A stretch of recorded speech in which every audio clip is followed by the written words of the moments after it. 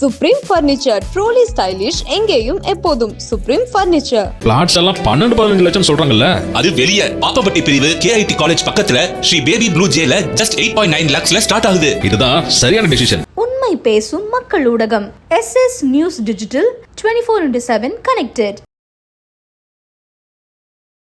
Seating பாரு குழந்தையும் ஒண்ணுதான்ப்பா சொல்லிட்டு போயிட்டாங்க அப்படின்றது. நான் சீட்டிங் பாருக்கிட்டே நான் நிறைய வாட்டி சொல்லியிருக்கேன். ஜட்ஜாக இருக்கிறதுக்கு ஒரு தகுதியே இல்லை, நீ இப்படிதான் பண்ணுவேன், ஐயோ நீ வந்து உன்னை ஜட்ஜில இருந்து தூக்கிட்டாங்க, இந்த மாதிரி பயங்கரமா கலாய்ச்சிருக்கேன். எனக்கு ரொம்ப அக்லியா இருக்கு கேம், வெரி வெரி அக்லி. ஒரு எல்லைகள் வரமுறை எல்லாத்தையும் தாண்டி ஒரு அக்லியான இடத்துக்கு அது போயிட்டு இருக்கு.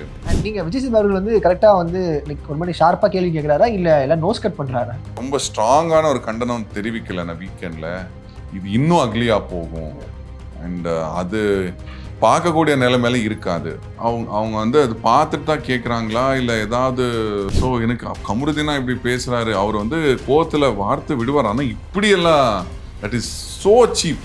எல்லாத்தையும் வியூஸ் எல்லாத்தையும் கான்டென்ட் அப்படின்னு பார்த்தா எப்படி ஓரளவுக்கு தான் பண்ணலாம், அது என்ன அவ்வளோவா பண்றது. அமித் அவர் பேசவே தெரியலையே, சாம்பார் மாதிரி இருக்காரு, பேசாம ஒய்ஃப் வந்துக்கலாம் போல அப்படின்ற மாதிரிலாம் கமெண்ட் பார்த்தேன். சாம்பார்லாம் இல்லை, பட் ஸ்ரீரஞ்சனி சொல்லும் போது அவங்க வாழ்க்கையில பார்த்த நிறைய விஷயங்கள் வேற மாதிரி இருக்கும். அது என்ன கான்டென்ட்டுக்குன்னு கூட பார்க்காம இதெல்லாம் இவனுக்கு அகேன்ஸ்டா இருக்கணும்னு சொல்லி அது பெருசா அது ஊதி பெருசாக்கி வினோத் தாண்டி எனக்கு யாருமே அந்த ஸ்டேஜ்ல என்னால பார்க்கவே முடியல. நீங்க வந்து பிக் பாஸ் வாய்ஸா இருந்தீங்கன்னா கமருதீன் பார்வதிலாம் எப்படி லெஃப்ட் அண்ட் ரைட் வாங்கியிருப்பீங்க? நான் ஒரு பிக் பாஸ் வாய்ஸா இருந்தாலும்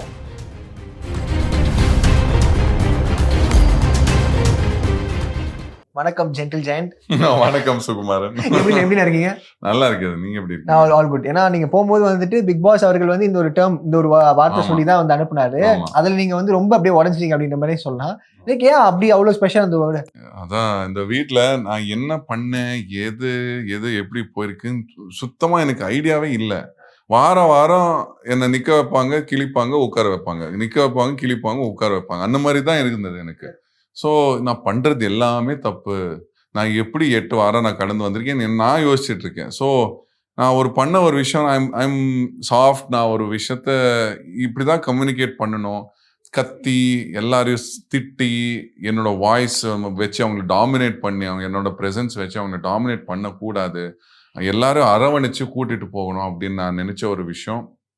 அது பிக் பாஸே அது சொன்னாரு அப்படின்னு நினைக்கும் போது ரொம்ப சந்தோஷமா இருந்தது. பிகாஸ் ஐ ஆம் ஜென்டில் அண்ட் ஐ ஆம் அ ஜெயண்ட். அண்ட் அந்த ஜென்டில்னஸ் வந்து வீக்னஸ் அப்படின்னு சில பேர் யோசிச்சாலும் அது இல்லை. அது நான் பெருசாக இருக்கிறதோ என் வாய்ஸ் கணீரன் இருக்கிற ஒரு விஷயத்த மிஸ்யூஸ் பண்ணி மற்றவங்கள அடக்கிறதுக்காக இல்லை, அவங்கள சாஃப்டாக பேசி அவங்கள உயர்த்தணும் அப்படிங்கிற ஒரு விஷயம். அது அட்லீஸ்ட் பிக் பாஸ்க்காவது அது போய் சேர்ந்துருக்குன்னு நினைக்கும் போது எனக்கு ரொம்ப சந்தோஷமா இருக்கு. வெளியில வந்து பார்த்தா எல்லாரும் அதை கொண்டாடிட்டு இருக்காங்க. அண்ட் உங்களை விட பாப்பா உள்ள என்ட்ரானாங்கல்ல, சீட்டிங் பார்வன்னு மொத்தமா முடிச்சுட்டு போயிட்டாங்க. நாங்க எதிர்பார்த்ததெல்லாம் வந்து அமித் அவர்கள் உள்ள போய் என்ன பண்ணணும்னு நினைக்கிறாரோ ஒரு செகண்ட்ல பேரை வந்து பிளேஃபுல் பார்வன்னு சொன்னாங்க. பட் ஆனா அவரே சொன்னார், சேதுபதி அவருக்கு சொன்னார் பாத்தீங்களா, சீட்டிங் பார்வ குழந்தையும் ஒண்ணுதான்ப்பா சொல்லிட்டு போயிட்டாங்க அப்படின்றது. நான் சீட்டிங் பார்வகிட்டே நான் நிறைய வாட்டி சொல்லியிருக்கேன். ஓகே, என்ன வருது என்ன வராதுன்னு தெரியாது. சும்மா இந்த மாதிரி ஆட்டம் விளையாடுற பாரு, நீ ஒரு ஜட்ஜாக இருக்கிறதுக்கு ஒரு தகுதியே இல்லை, நீ இப்படிதான் பண்ணுவேன், ஐயோ நீ வந்து உன்னை ஜட்ஜில இருந்து தூக்கிட்டாங்க, இந்த மாதிரி பயங்கரமா கலாய்ச்சிருக்கேன். ஆனா வர்றது ஏனோ இத்தனோண்டு மட்டும்தான். நான் எவ்வளவு பேசிருப்பேன், இத்தனோண்டு வந்திருக்கும். மெய்யழகன் காம்போ பயங்கரமா ரெஸ்பான்ஸ் கிடைச்சிட்டு இருக்கு. நீங்க வெளில வந்ததுக்கு அப்புறம் என்ன கட்சிலாம் பாத்தீங்க? ஐயோ பார்த்து நான் ரொம்ப ஹாப்பி ஆயிட்டேன். நான் சும்மா அந்த வீட்டுல ஒரு உண்மையா ட்ரூவா ஒரு பர்சன் கிடைச்சிருக்காங்க, அவங்களோட அட்லீஸ்ட் கொஞ்சமாவது ஒரு ஃபன் பண்ணலாம். இது யார் பார்க்க போறாங்க, இதெல்லாம் 2 பசங்க ஃப்ரெண்டா இருக்கிறதெல்லாம் எவன் பார்க்க போறான் அப்படின்னு நினைச்சிட்டு இருந்தேன். பட் நான் உண்மையா ட்ரூவா ஃபீல் பண்ண ஒரு விஷயம், ஒருத்தர் கூட நான் ஃப்ரெண்ட்ஷிப் ஃபார்ம் பண்ண ஒரு விஷயம், அது வெளியிலயும் ரொம்ப அதை பாராட்டி பேசுறாங்க, அதை பார்த்து ரொம்ப ஃபீல் பண்றாங்க, ரொம்ப ஹாப்பியா இருந்தது. அண்ட் இது இனிமே கண்டினியூ ஆகணும். அவர் வெளியே வந்ததுக்கு அப்புறமும் ஒரு ட்ரூவான ஒரு ஃப்ரெண்ட்ஷிப் எனக்கு கிடைச்சிருக்கு, அதை விட்டுறவே கூடாது அப்படிங்கிறது ரொம்ப நான் வெரி ஹாப்பி. இங்கிலீஷ்ல சொல்லி கொடுக்குற மூமெண்ட்லாம் பயங்கரமா இருந்துச்சு. இந்த வார்த்தைலாம் சொல்லி கொடுத்துட்டு இருப்பீங்க, அங்க போறதுக்கு என்ன இங்க போறதுக்கு என்ன அப்படின்னு போது நீங்க ஐம் கம்மிங் ஏதோ வார்த்தை தான் பேசிட்டு இருந்தீங்கன்னு நினைக்கிறேன்.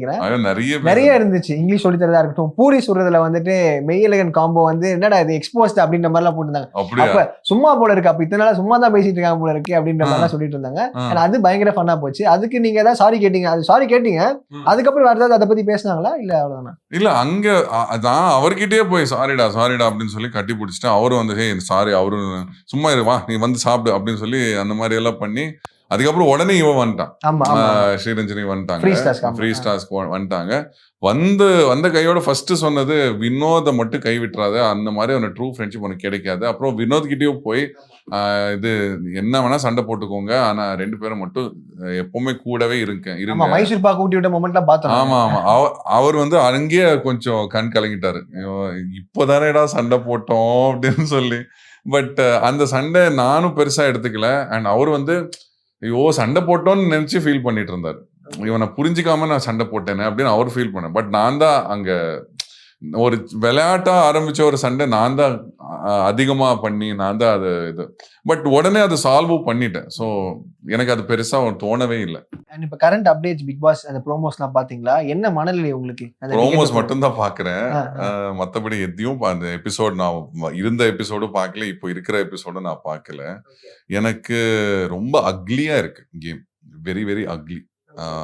கொஞ்சம் கூட அந்த அந்த அந்த ஒரு எல்லைகள் வரமுறை எல்லாத்தையும் தாண்டி ஒரு அக்லியான இடத்துக்கு அது போயிட்டு இருக்கு.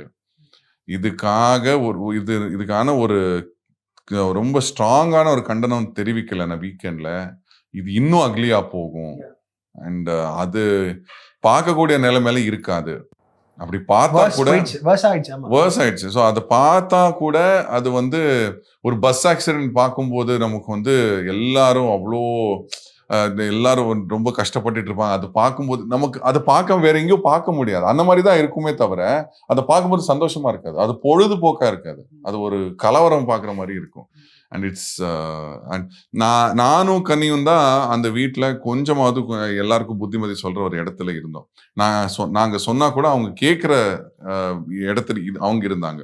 ஓகே அமித் சொல்றாரு ஸோ கேட்கலாம் அப்படின்னு பாரு கம்ருதி இவங்க எல்லாரும் கேட்டு அன்னைக்கு கூட விக்ரம் வந்து அந்த காலை வாரி விட்ட ஒரு விஷயம் அந்த இடத்துல வந்து எஃப்ஜே ரொம்ப கத்தி திட்டிட்டு இருந்தார். அந்த நான் வந்து அப்படியா என்ன பண்ணீங்க விக்ரம் அப்படின்னு சொன்னதுக்கு அவர் ரொம்ப ஷாக் ஆயிட்டாரா. அவர் என்கிட்ட வந்து மற்றவங்க சொன்னது கூட ஓகே, ஆனால் நீங்க வந்து என்ன அவ்வளோ ஷாக் ஆயிட்டீங்க, அப்போ நான் தப்பு பண்ணியிருக்கேன்னு எனக்கு தோணிச்சு, அதனால தான் ஐ ஃபெல்ட் வெரி பேட், நான் உங்ககிட்ட மன்னிப்பு கேட்குறேன் அப்படின்னு சொல்லலாம். ஸோ கனி அண்ட் நான் 2 பேரும் கொஞ்சம் டிக்னிஃபைடா எல்லாருக்கும் ஏதாவது ஒரு விஷயத்தை எடுத்து சொல்லணும், ஏதாவது ஒரு எல்லை மீறி போகுதுன்னா அதை கண்ட்ரோல் பண்ணணுங்கிற ஒரு இடத்துல இருந்தோம். இப்போ நாங்க போயிட்டோம், இப்போ ரொம்ப எல்லை மீறி போயிட்டு இருக்கு. ஓகே, அந்த கார் டாஸ்க்ல வந்து கெட்ட கெட்ட வார்த்தைகள்லாம் சொல்லி கீழே இறக்க சொல்றதுலாம் நான் பார்த்ததே இல்லை. கமருதீனா நான் அப்படி பார்த்ததே இல்லை. ஸோ எனக்கு கமருதீனா இப்படி பேசுறாரு, அவர் வந்து கோவத்துல வார்த்தை விடுவார், ஆனா இப்படி எல்லாம் that is so cheap. below the line கீழே போய் இறங்கிட்டாங்க போல அந்த கேமுக்காக அப்படின்ற மாதிரி. ஆமா இது ஃபுல்லா வந்து தர மட்டும் இடத்துக்கு இறங்கிட்டாரு. And it's completely unacceptable. இதுக்காக அவர் பேசுனதுக்கெல்லாம் கண்டிப்பா ரெட் கார்டு கிடைக்கும்னு எனக்கு தோணுது, ஸ்ட்ராங்கா தோணுது. ஓகே, ஒருவேளை அவர் டிக்கெட் ஃபைனல் ஜெயிச்சிட்டாருன்னா அது அப்ளிகபிள் ஆகுமா இல்ல அது எப்படி பாக்குறீங்க? அது இல்ல, அவர் தப்பு பண்ணிருக்கானா அவ்வளவுதான், முடிஞ்சது. அவரோட game over. It is done. அவர் வந்து இவ்ளோ வர்ஸ்டா பேசிருக்காருன்னா கண்டிப்பா ரெட் கார்டு கொடுத்து தான் ஆகணும், வேற இது இல்ல. பட் ஆனா சேனலோட சைட்ல இந்த கான்டென்ட்டா பார்க்கும்போது வந்துட்டு இந்த மாதிரி கத்துனா தானே டிஆர்பி வியூஸ் மக்கள் பாக்குறாங்க, ஒரு அட்டென்ஷனுக்கு திரும்புது அப்படின்ற மாதிரி. அதுக்கு ஒரு அளவு இருக்கு இல்லையா, அதுக்கு ஒரு எல்லை இருக்கு இல்லையா. அது வந்து எல்லாத்தையும் வியூஸ் எல்லாத்தையும் கான்டென்ட் அப்படின்னு பார்த்தா எப்படி? நம்ம வந்து சொசைட்டிக்கு என்ன சொல்றோம்? அது கமல் சார் எல்லாம் இருக்கும்போது அவ்வளோ அவர் வந்து ரொம்ப கான்ஷியஸா இருப்பார். எதை நம்ம வந்து சொசைட்டிக்கு சொல்றோம், ஒரு சமூகத்துக்கு ஒரு பாடம் கொடுக்குறோம்னா அது என்ன மாதிரி இருக்கணும், அது பொழுதுபோக்கு இருக்கணும், அதே இடத்துல ஒரு கொஞ்சம் ஒரு கட்டுக்கோப்பு இருக்கணும் அப்படின்னு சொல்ற ஒரு விஷயம். அது வந்து ரொம்பவே அதை லூஸா விட்டுட்டாங்க. இந்த சீசன் எஸ்பெஷலி ரொம்ப லூஸ் ஆயிடுச்சு அப்படின்னு எனக்கு தோணுது. நீங்க விஜய் சேதுபதி அவர்கள் வந்து கரெக்டா வந்து ஒரு மாதிரி ஷார்ப்பா கேள்வி கேட்கிறாரா இல்ல எல்லாம் நோஸ் கட் பண்றாரா? ஷார்ப்பா தான் கேள்வி கேட்கிறாரு. பட் அது வந்து சிலதெல்லாம் எனக்கு அது அவங்க வந்து அது பார்த்துட்டு தான் கேட்கறாங்களா இல்ல ஏதாவது இன்புட் வச்சு பேசுறாங்களா? இன்புட் வச்சு பேசுறாங்க, ஐ அம் நாட் ஷுர் என்ன மாதிரி. ஆனா ஷார்ப்பா தான் இருக்கும். பட் அவருக்கு என்னோட சைடு வாதம் அவர் கேட்டாருன்னா கண்டிப்பா அப்படி யோசிக்க மாட்டான்னு தான் தோணுது. ஆனா பேசவே முடியல. நான் பேச ஆரம்பிச்ச உடனே உட்கார சொல்லிடுறாங்க, இல்ல வேற யாரையும் நிக்க வச்சு கேள்வி கேட்கறாங்க. ஸோ எனக்கு அங்கான என்னோட பிரதிவாதம் பேசுறதுக்கு எனக்கு டைம் கிடைக்கல, இல்ல ஒரு ஆப்பர்ச்சுனிட்டி கிடைக்கலன்னு தான் நான் ஃபீல் பண்றேன். ஸோ அப்படிதான் இருந்தது. பட் அவர் எந்த தாட்ல அப்படி பேசினாரு, அவருக்கு வந்து எப்படி கம்யூனிகேட் ஆயிருக்கு, எதை கட் பண்ணி போட்டிருக்காங்க, எனக்கு எதுவுமே தெரியல. ஸோ அவரை சொல்றதா இல்ல என்ன, I have no idea. And இப்போ ஃப்ரீ ஸ்டார்ஸ்ல வந்துட்டு ஸ்ரீரஞ்சனி அவங்க உள்ள வந்ததுக்கப்புறம் நிறைய என்ன சொன்னாங்கன்னா, அமித் அவருக்கு பேசவே தெரியலையே, சாம்பார் மாதிரி இருக்காரு, பேசாம ஒய்ஃப் வந்துருக்கலாம் போல அப்படின்ற மாதிரிலாம் கமெண்ட் பார்த்தேன். அது பார்க்கும்போது நீங்க சரியா நினைக்கிறீங்களா, அடுத்த கண்டஸ்டன்ட் ரெடி ஆயிட்டாங்க அடுத்த சீசனுக்கு அப்படின்ற மாதிரி? நான் கண்டிப்பா சாம்பார்லாம் இல்லை, நான் பேசுற துணியில தான் நான் பேசுவேன். இப்போ அதான் நான் எப்பவுமே என்னோட உடல்ல வச்சுக்கிட்டு என்னோட வாய்ஸை வச்சுக்கிட்டு மற்றவங்களை அடக்க நான் விரும்பவே இல்லை. யாராவது நான் பண்றாங்க அப்படி நான் கத்தி நான் அவங்கள ஸ்டாப் பண்ணலாம், இல்லை இது பண்ணலாம். பட் அது வந்து ரொம்ப அந்த துஷ்பிரயோகமா தான் நான் பார்ப்பேன். இப்போ நான் வந்து நான் இப்படி இவ்வளோ பெருசா வளர்ந்ததுனால நான் உன்னை ஈஸியா அடிச்சிருவேன் அப்படின்னு அது ஒரு தப்பான விஷயம் தானே. ஸோ நான் பேச வேண்டிய விதத்துல தான் நான் பேசுவேன். நான் எப்படி வளர்ந்துருக்கேன், நான் எப்படி கத்துக்கிட்டு இருக்கேன், என்னெல்லாம் விஷயம் நான் லேர்ன் பண்ணி வந்திருக்கேன், இதெல்லாம் நான் பேஸ் பண்ணி என்னோட ட்ரீட்மெண்ட் அப்படிதான் இருக்கும். நான் ஒரு விஷயம் இந்த கண்டனம் தெரிவிச்சாலும் அது வந்து அவங்கள அசிங்கப்படுத்தாம ஒரு நல்ல விதத்துல சொன்னா அவங்களுக்கு அது இன்னும் நல்லா அவங்க ஏற்றுப்பாங்க, அது இன்னும் ஜீரணமாகும் அந்த விஷயம் அப்படின்னு நான். பட் ஸ்ரீரஞ்சனி சொல்லும் போது அவங்க வாழ்க்கையில பார்த்த நிறைய விஷயங்கள் வேற மாதிரி இருக்கும். அவங்க வந்து இவங்க பொய் சொல்றாங்க அப்படின்னு, இவங்க பொய் சொல்றாங்க, இவங்க உண்மை சொல்றாங்க அப்படின்னு ஒரு தாட் தானா வந்துடும். ஏன்னா அவங்க வளர்ந்த சூழல் அப்படி. நான் யாருமே என்ன ஏமாத்தினது கிடையாது, ரொம்ப சிலர் தான் என்ன ஏமாத்தினது. ஆனா அவங்க வாழ்க்கையில பார்த்தது வேற மாதிரி இருந்தது. ஸோ அவங்களுக்கு இன்னும் ஷார்ப்பா பார்ப்பாங்க. ஸோ அவங்க சொல்றது வந்து எஸ்பெஷலி நீங்க பார்த்துதான் அவங்க பார்த்துருக்காங்க. எல்லா கேமராவும் எல்லா மைக்கும் அவங்க கேட்டு பார்த்து தான் அவங்க வந்திருக்காங்க. ஸோ அவங்களுக்கு இருக்கிற பர்ஸ்பெக்டிவ் 360 டிகிரிஸ். எனக்கு இருக்கிறது 2 பேர்கிட்ட பேசுறது, 3 பேர்கிட்ட பேசுறது, எனக்கு எப்படி தெரியும்? கண்டிப்பா என் முதுகு பின்னாடி என்ன நடக்குது, யார் என்ன பேசுறாங்க எனக்கு எப்படி தெரியும்? ஸோ அது அவங்க சொல்றது ரொம்ப ஷார்ப்பாக தான் இருக்கும். ஆனால் அவங்க பேசுறது ரொம்ப நல்லா பேசுவாங்க. ஸோ அப்படி அதனால தான் அவங்களுக்கு எல்லாருக்கும் அது தோணி இருக்கு. பட் நான் அவங்க வரும்போதே எனக்கு தோணும், எனக்கு தெரியும் வந்து ஸ்ரீரஞ்சனி வந்தா எல்லாரையும் சாம் பண்ணிடுவாங்க, she is going to be எல்லாரும் அவங்கள லவ் பண்ணுவாங்க அப்படின்னு எனக்கு தெரியும். அண்ட் எனக்கு அப்படியே நடந்தது. பிகாஸ் நான் கம்யூனிகேட் பண்றதுக்கும் அவங்க கம்யூனிகேட் பண்றதுக்கு ஒரு டிஃபரன்ஸ் இருக்கு. அண்ட் எல்லாருக்கும் அந்த ஸ்டைல் ஆஃப் கம்யூனிகேஷன் தான் விரும்புவாங்க. But I am very happy with that. நான் அந்த மாதிரியான ஒரு சரியான ஆளை நான் சூஸ் பண்ணிருக்கேன். நான் ரொம்ப பெருமைப்படுறேன். சூப்பர். அண்ட் இன்னொன்று, பிக் பாஸ் கண்டால நீங்க வந்து வாய்ஸா இருந்தீங்க, ஃபர்ஸ்ட் அண்ட் செகண்ட் சீசன் இருந்தீங்களா? நீங்க வந்து பிக் பாஸ் வாய்ஸா இருந்தீங்கன்னா கமருதீன் பார்வதிலாம் எப்படி லெஃப்ட் அண்ட் ரைட் வாங்கியிருப்பீங்க? பிக் பாஸ் வாய்ஸ்ங்கிறது அவருக்கான ஒரு ஃப்ரீடம் வந்து அந்த ஷோ கொடுக்கணும், ப்ரொடியூசர்ஸ் தான் கொடுக்கணும். அவரை கண்டனம் தெரிவிக்கணும் கூட அவர் தானா ஒரு மைக் ஆன் பண்ணி அவரால் பேச முடியாது. அந்த ஹோல் டீம் ஒரு விஷயம் ஒரு கால் எடுத்து பிக் பாஸ் மூலமா அது சொல்லுவார். ஆமா சொல்லுவாங்க. ஸோ நான் ஒரு பிக் பாஸ் வாய்ஸா இருந்தாலும் அந்த டீம் என்ன பண்ண சொல்றாங்களோ ஆமா அதுதான் நான் பண்ணணும். எனக்கு வந்து அதுல ஒரு இன்புட் இருக்கும்.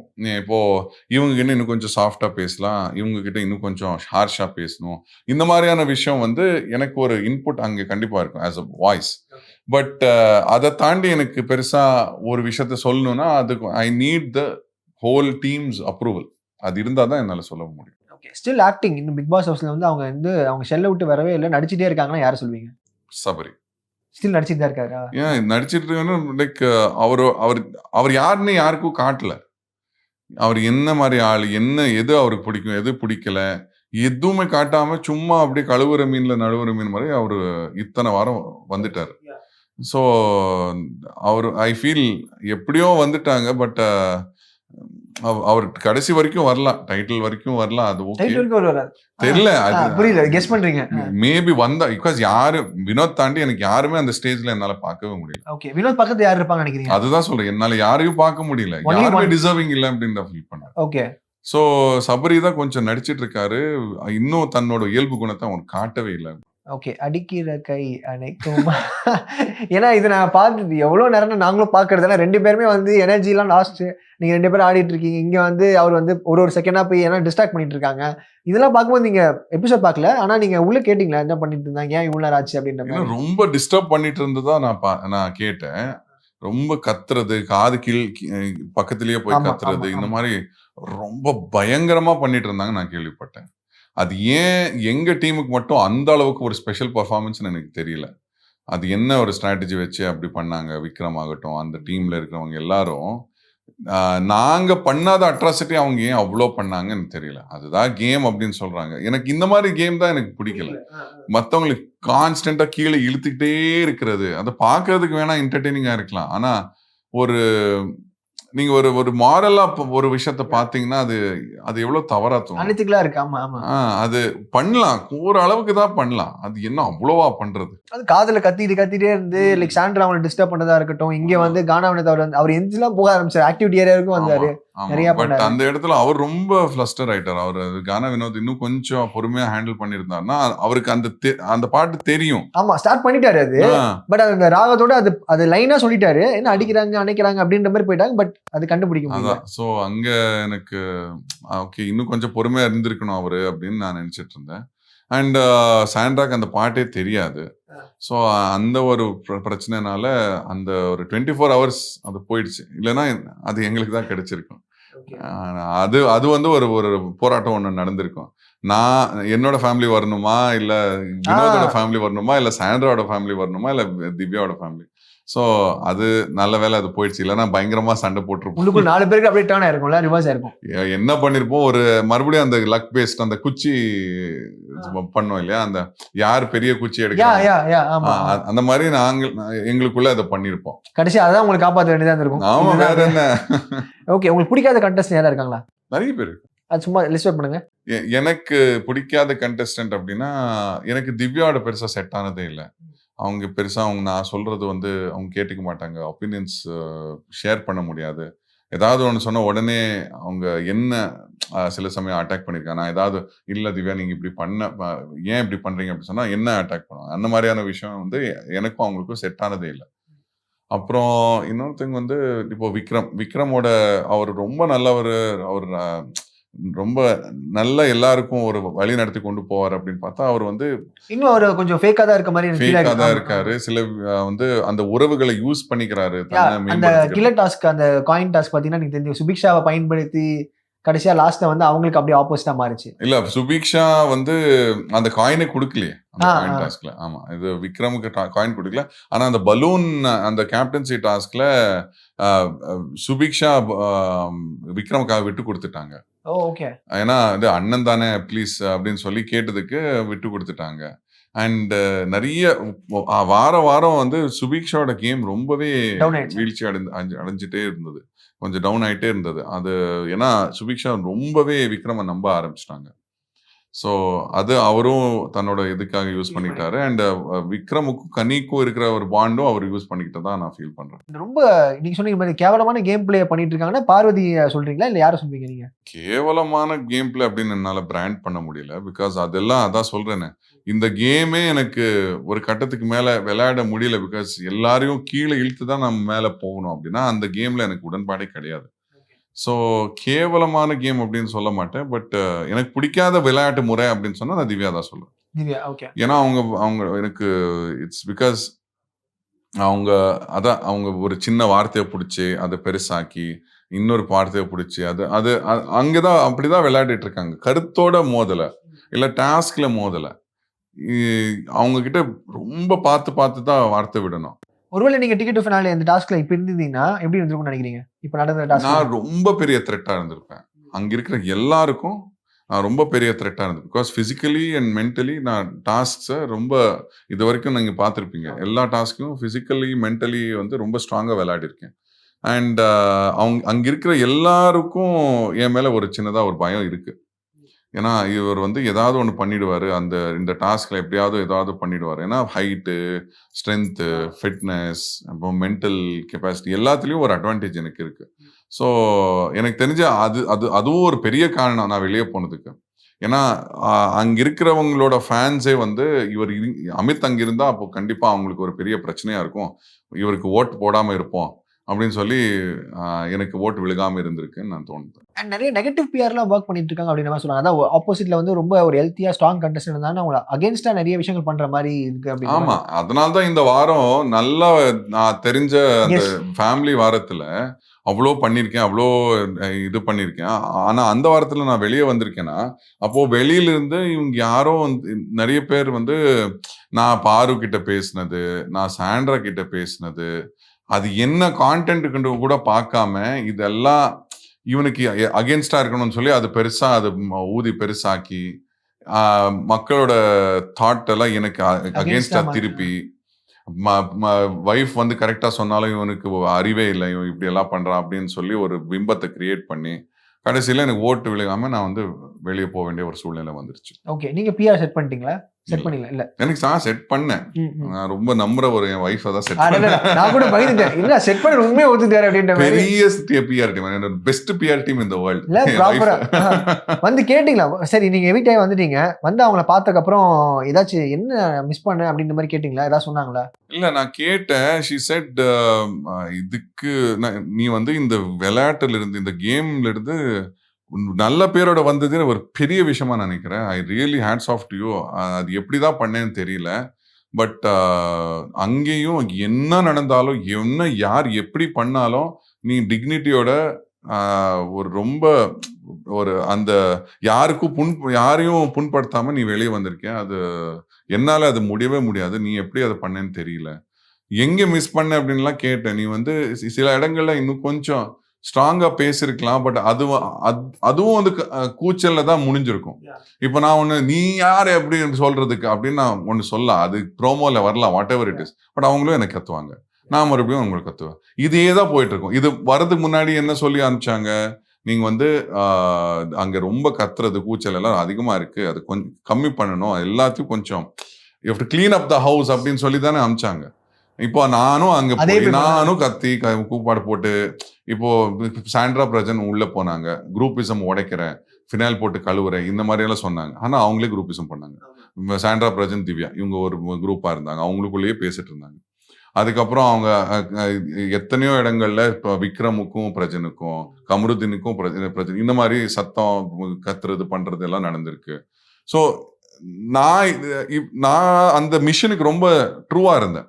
என்னோட மிஷன் என்ன, அங்க இருக்கிற சண்டே எல்லாம் கொஞ்சம் ஸ்ட்ரீம்லைன் பண்ணி, ஓகே கருத்தோட மோடுங்க, இது வந்து ரொம்ப வரம்பு மீறி போயிடாதீங்க, இது கரெக்டா போனாதான் சரியா இருக்கும், இல்ல பாக்குறவங்களுக்கு ரொம்ப அசிங்கமா இருக்கும் அப்படின்னு சொல்லி அந்த சண்டை போடும் போதெல்லாம் அதை நான் கண்ட்ரோல் பண்றதுக்கு அவ்வளோ முயற்சி பண்ணிருக்கேன். அண்ட் நான் சண்டை போடும்போது கூட அந்த எல்லையை தாண்ட கூடாதுங்கிறதுக்கு அவ்வளோ முயற்சி பண்ணிருக்கேன்.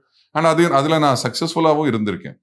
ஸோ இப்படி கத்தி தான் நான் மேலே வரணும், நான் கத்த மாட்டேன், நான் வேலை வர மாட்டேன். பரவாயில்ல, அந்த டைட்டில் நீங்களே வச்சுக்கோங்க, எனக்கு தேவையில்லை அப்படின்னு. யாரு இப்போ எனக்கு 3 மாசம் நடந்த ஒரு கேம் எனக்கு வேணுமா, இல்ல எனக்கு வாழ்க்கை முழுக்க இருக்கிற அந்த பேர் எனக்கு வேணும்?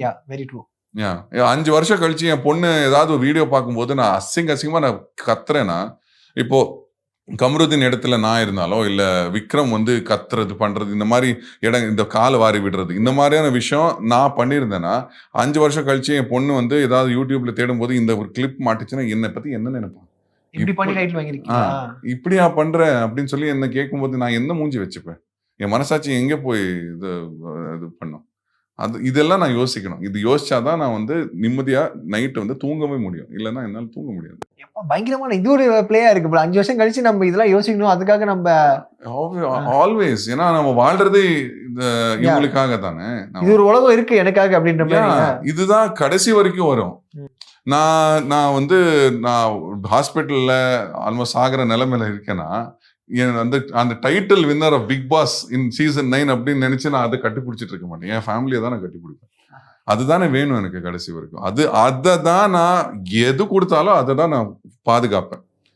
இந்த பிக் பாஸ் டைட்டில் தேவையில்லை, எனக்கு இதுதான் வேணும் அப்படின்னு தான் நான் இருப்பேன். ஓகே, அவங்களுக்கு எதுவும் ஆயிடக்கூடாது. ஐ மீன் ஃபேமிலிக்கு கெட்ட பேர் வரக்கூடாது. அவங்க ஒரு நேம் வச்சிருக்காங்க, அதை நம்ம அவங்களோட கண்ணில் நான் தாழ்ந்தவனா இருந்துடக்கூடாது. அதுதான் முக்கியம். சிறப்பு. இந்த சீசன் போனது சரி நினைக்கிறீங்களா, இல்ல வைல்ட் கார்டா போனது சரி நினைக்கிறீங்களா? இந்த சீசன்ல நான் போனது அது சரியா தவறா எனக்கு தெரியல. பிகாஸ் எனக்கு எது வந்தாலும் அது ஏதோ ஒரு என்னோட வளர்ச்சிக்கு ஏதோ ஒரு காரணமா இருந்திருக்கு. அது அந்த இடத்துல எனக்கு புரியல. நான் இது நான் எதுக்கு பண்ணேன், இது எதுக்கு எனக்கு கிடைச்சிருக்கு அப்படின்னு எனக்கு தோணினாலும் ஒரு கட்டத்துக்கு மேல ஓகே இதனால தான் இது பண்ணேன் அப்படின்னு ஒரு பசில் பீஸ் மாதிரி வந்து உட்காரும். ஸோ இது தவறா, இந்த சீசன் தவறா சரியா அதெல்லாம் என்ன சொல்ல முடியும். It's a very toxic season, no doubt. Toxic season தான், நோ டவுட் தேர். பட் இதுல என்னோட சின்ன ஒரு பங்களிப்பு, ஒரு எல்லாரும் சண்டை போடுறாங்க எல்லாரும், அதுல நான் என்னால முடிஞ்ச ஒரு பாசிட்டிவிட்டியோ என்னால முடிஞ்ச ஒரு நல்ல விஷயங்களை நான் கொண்டு வர ட்ரை பண்ணியிருக்கேன். அதுல நான் சக்சஸ்ஃபுல்லா இருக்கேன். சில பேர் வந்து அந்த விஷயத்த பார்த்து பாராட்டியிருக்காங்க, அதை என்ஜாய் பண்ணியிருக்காங்க. பார்க்கும்போது எனக்கு ரொம்ப பெருமையா இருக்கு. உங்க ஸ்டைல ஒரு பாட்டு மட்டும் பாடிட்டீங்கன்னா நம்ம முடிச்சிடலாம்.